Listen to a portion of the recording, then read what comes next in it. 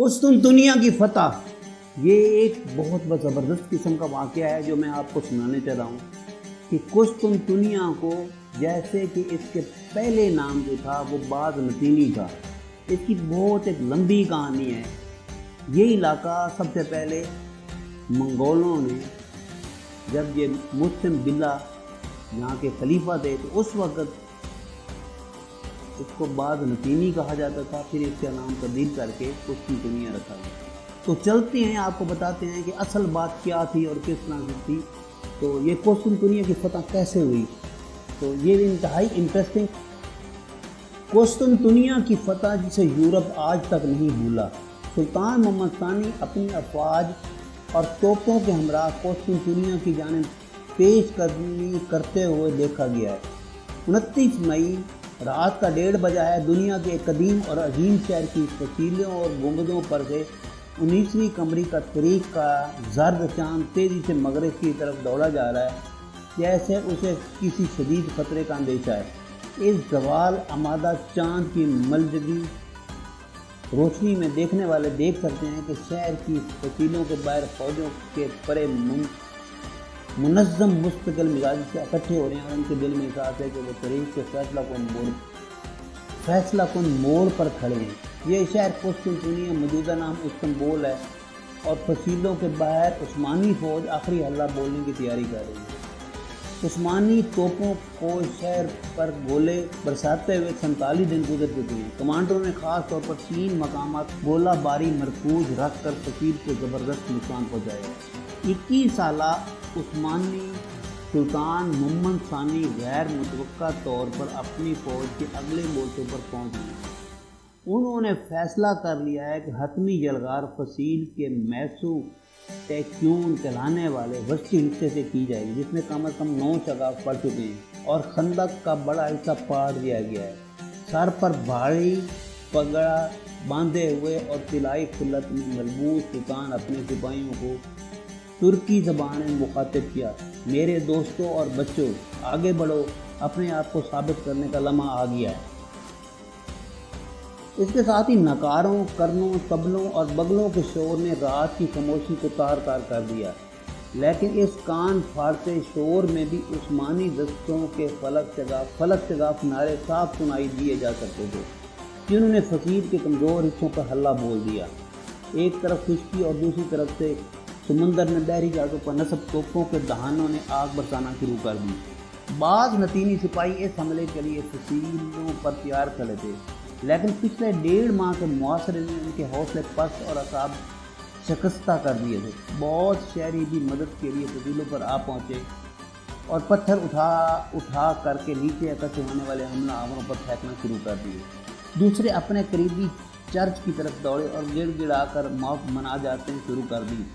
پادریوں نے شہر کے متعدد چرچوں کی گھنٹیاں پوری طاقت سے بجانا شروع کر دی، جس کی ٹنا ٹن نے ان لوگوں کو بھی جگا دی جو بھی سو رہے تھے۔ ہر فرقے سے تعلق رکھنے والے عیسائی اپنی صدیوں پرانے اختلافات بھلا کر ایک ہو گئے، اور ان کی بڑی تعداد شہر کے سب سے بڑے اور مقدس کلیسا حاجیہ صوفیہ میں اکٹھی ہو گئی۔ دفاعی فوج نے جان نشانی سے عثمانیوں کی یلغار روکنے کی کوشش کی، لیکن اطالوی طبیب نکولوبا بیر اس دن شہر میں موجود تھے۔ لکھتے ہیں کہ سفید پگڑی باندھے ہوئے شیروں کی طرح حملہ کرتے تھے، اور ان کے نعرے اور طبلوں کی آوازیں ایسی تھی جیسے کہ اس کا تعلق یا ان کا تعلق اس دنیا سے نہ ہو۔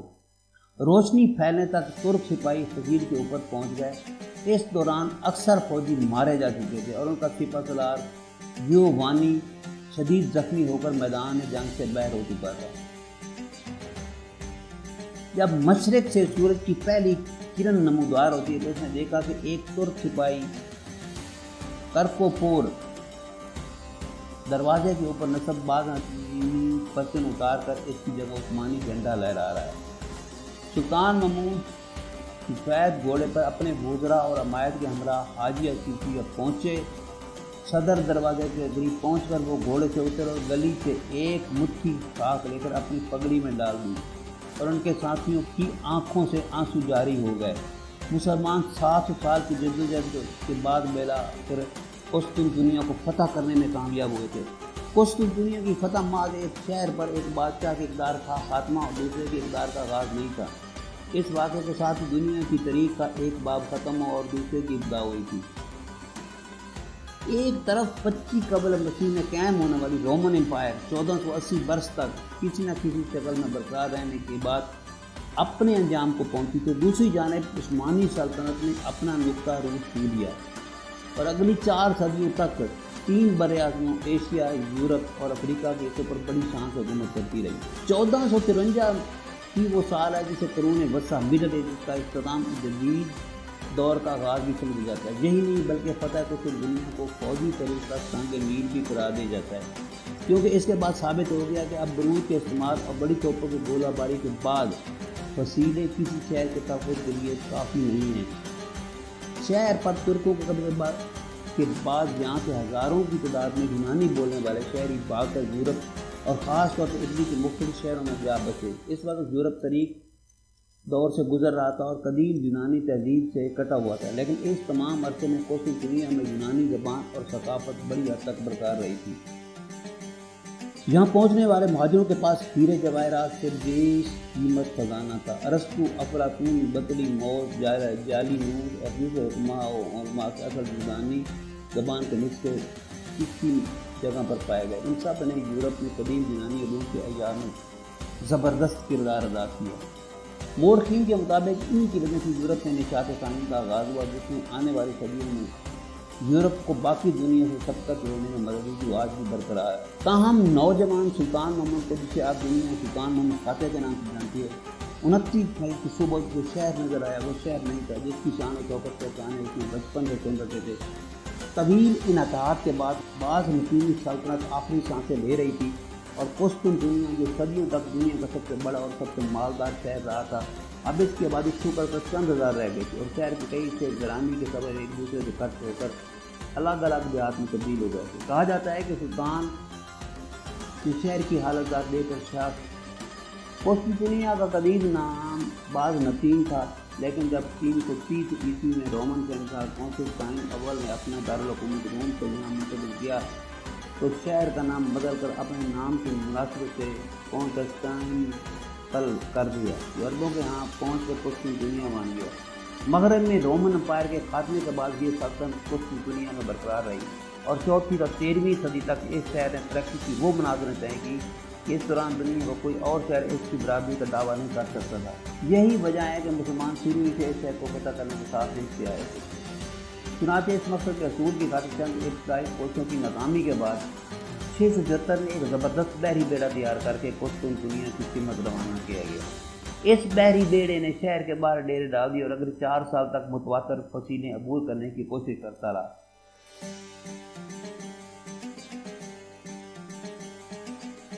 عرب بحری بیڑے کے پاس آتش یونانی کا کوئی جواب نہیں تھا۔ آخر 678 میں بعض نتیجی بحری جہاز شہر سے باہر نکلے اور انہوں نے حملہ آور عربوں پر حملہ کر دیا۔ اس بار ان کے پاس ایک زبردست ہتھیار تھا جسے آتش یونانی یا گریک فائر کہا جاتا ہے۔ اس کا ٹھیک ٹھاک فارمولہ آج تک معلوم نہیں ہو سکا، تاہم یہ ایک ایسا آتش تیر مادہ تھا جسے تیروں کی مدد سے پھینکا جاتا تھا اور یہ کشتیاں اور جہازوں سے چپک جاتا تھا۔ مزید یہ کہ پانی ڈالنے سے اس کی آگ مزید بھڑک جاتی تھی۔ عرب اس آفت کے مقابلے کے لیے تیار نہیں تھے، چنانچہ دیکھتے ہی دیکھتے تمام بحری بیڑا آتش نظار کا منظر پیش کرنے لگا۔ سپاہیوں نے پانی میں کود کر جان بچانے کی کوشش کی، لیکن یہاں بھی پناہ نہیں ملی، کیونکہ آتش یونانی پانی کی سطح پر گر کر بھی جلتی رہتی تھی۔ ایسا لگتا تھا جیسے پورے بحیرہ مرمرا نے آگ پکڑ لی ہے۔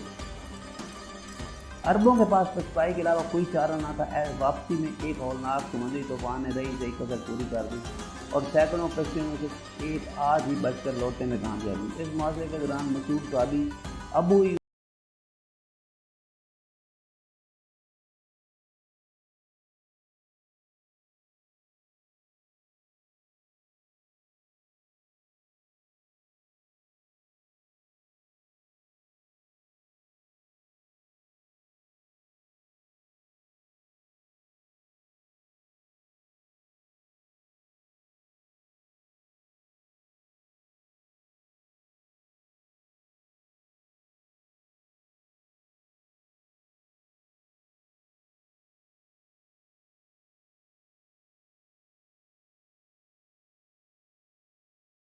صدی تک مسلمانوں نے دوبارہ قسطنطنیہ کا رخ نہیں کیا، حتیٰ کہ سلطان محمد فاتح نے بالآخر شہر پر اپنا جھنڈا لہرا کر سارے پرانے